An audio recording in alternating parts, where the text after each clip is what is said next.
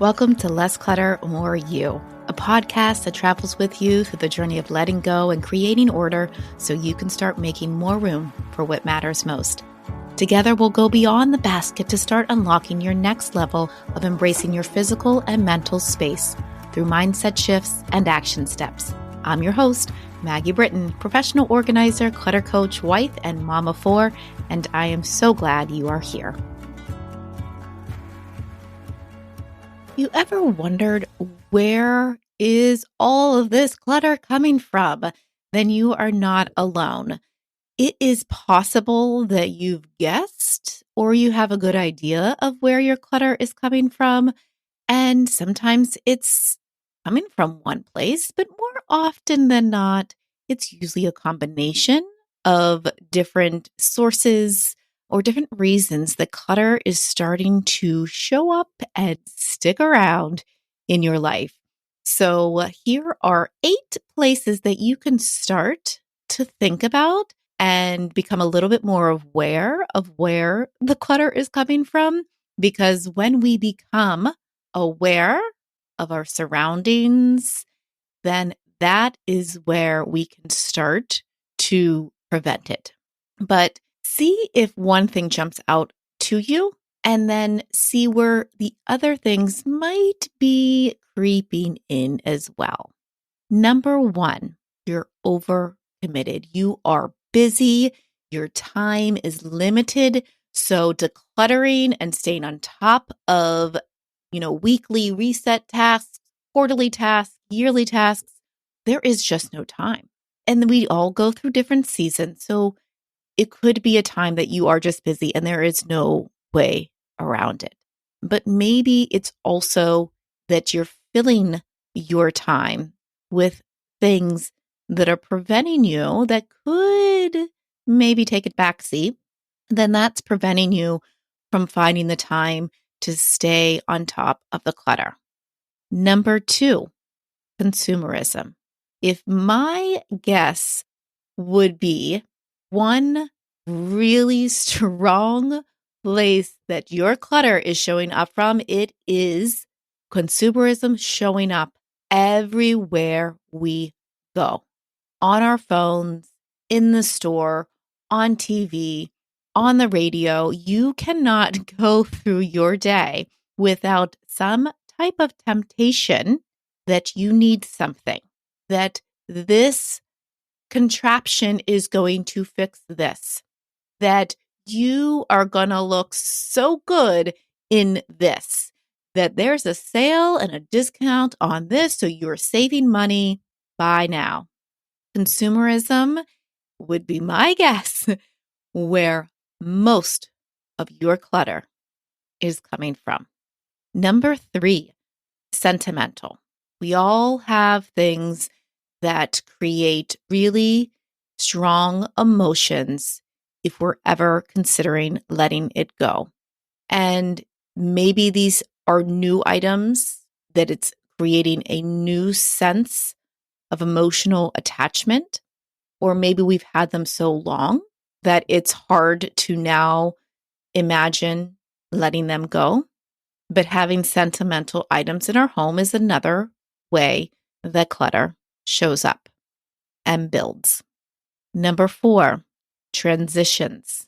This is another big one. That transition might be a new home, a new job, a new relationship, a new baby. And with transition, there's so much change that we are working through and trying to figure out how that plays a part in our everyday, that usually the clutter that comes with it is the last thing that we think about. And if we recognize what that transition is and start there, and then think about all the things that are coming with this new transition. If it's a new house, have you decluttered before you moved? Are you adding things because it's a bigger space? Are you buying things because it's a smaller space and you're trying to get crafty and think about unique ways to make your space effective? Maybe it's babies and children. Hello, they come with a lot of things Or maybe it's a joined family and now you have maybe two of everything.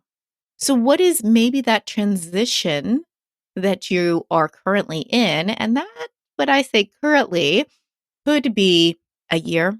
Maybe it's been 10 years and you haven't quite figured out how to get a handle on the clutter that keeps building up from this new lifestyle or change or transition.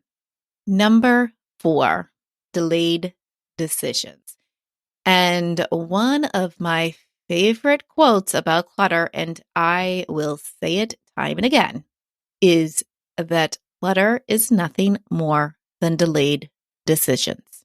So anytime you are opting for dealing with something later, clutter loves and creeps its way right in. It is the fast pass for clutter into your home anytime you are delaying decisions. If you are procrastinating, whether that is a full garage clean out that you just don't want to deal with, or it's you're going from one room to another, and instead of putting something away, you just set it down on the counter.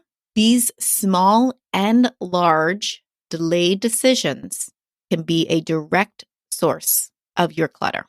Maybe it's deciding that later on you will deal with finding time to do something.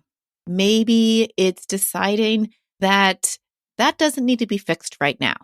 Whatever it is, start to pay attention in your mind's way of saying, let's do that later. I don't really feel like dealing with it right now. And it can be easy, it could be hard, but either way, it's a really good tactic on your brain and your mind to get out of the situation fast, is to deal with it later. So start paying attention to that as well. Number 5, time management. This is something that might be a result of having ADHD, but maybe it's also the result of just being pulled in too many places with too many things going on in your commitments, in your mind. If you are unable to finish tasks that you're getting started with, or maybe it's that executive function that you're struggling with, just paying attention to that time management and making time for that in your daily life, in your weekly resets, in an annual clear out, whatever it might be, by not managing that time well, whether that's adding that into your calendar, or maybe you've started to declutter and then you're losing focus and you start doing something else. So that is another way that clutter just finds a way to stick around. Number 6, stress. Stress could come from being overcommitted. Stress could be coming from transition. Stress could become from past trauma. But anytime that our stress hormones are elevated, it is hard for us to make decisions, to manage that time, and to clearly think through what makes sense, when things need to happen. And it's hard for us to know that it's going to be okay on the other side. So if stress is in your life, that is a direct link to clutter. It's a full cycle. And we are going to jump into that, just like everything else, more deeply on future episodes. But that's also, of course, a reason why we want to reduce the clutter, because that will also help reduce some of the stress. All the cycle. Number 7, perfectionism. If you are afraid to do something wrong, or you want it to look a certain way, or create your space in a way that you think somebody else might want to see it, and that's just leaving you frozen because you'd rather it be perfect than just getting started and taking messy action, then that can be a real block on getting the clutter out.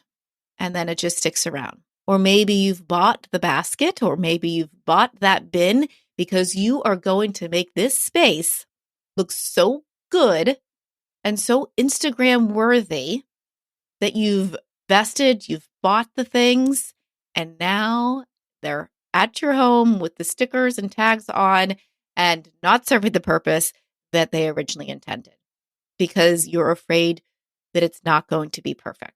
Number 8, routines, habits, behaviors, things that naturally flow may be missing from your daily life.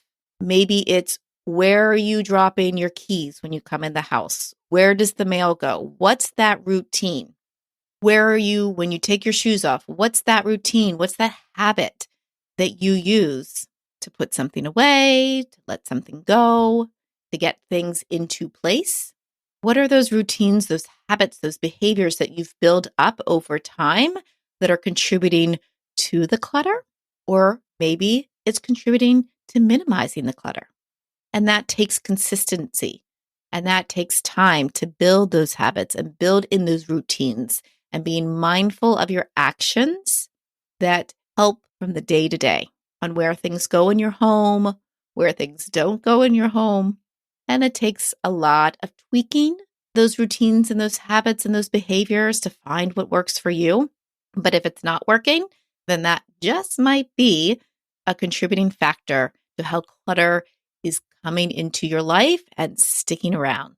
So think about these 8 different starting points. What jumps out to you right away? What feels to be the most prominent way the clutter finds its way into your life and then sticks around? And in addition to that, one that's showing up more often, what are some other ways that the other items are creeping in and contributing and playing a role to how clutter finds its way into your life, into your home, into your calendar, into your thoughts? All of these together combined, it can be really hard. But by becoming aware, that is our first defense against the clutter, because the clutter doesn't want you to know anything about it. So the more that you can figure it out, the less chance it has to show up in your life and to stay around in your life. So start there. Think through. Are you overcommitted? Are you way too tempted in consumerism and all the things that are showing up? Are you adding to cart a little more frequently? Is that the habit?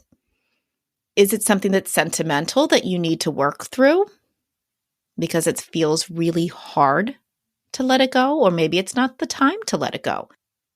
Are you going through a transition? Has something changed recently or in the past couple years that has created more clutter in your home and in your life? Are you procrastinating on a decision that can clear the clutter or prevent it from building up? What can you do in that moment instead of delaying that decision? Are you managing your time effectively enough to combat the clutter, the existing clutter, any potential clutter? What are the resources that you can use to manage that time more effectively and stay focused on the task? Stress. What is causing stress in your life? What has happened in the past that is creating a situation that's making it hard to stand up against your clutter? Perfectionism. Could you let yourself go to a point of doing it not perfect? Could it just be done and not perfect? And number 8, your routines, your habits, your behaviors. What are you doing on the day-to-day in a good way or a way that's also contributing to the clutter? Start there and see where in your life clutter is finding its way in. And if you need help with any of these and you don't know where to start, then consider Clear the Clutter Academy. This is exactly what we do inside.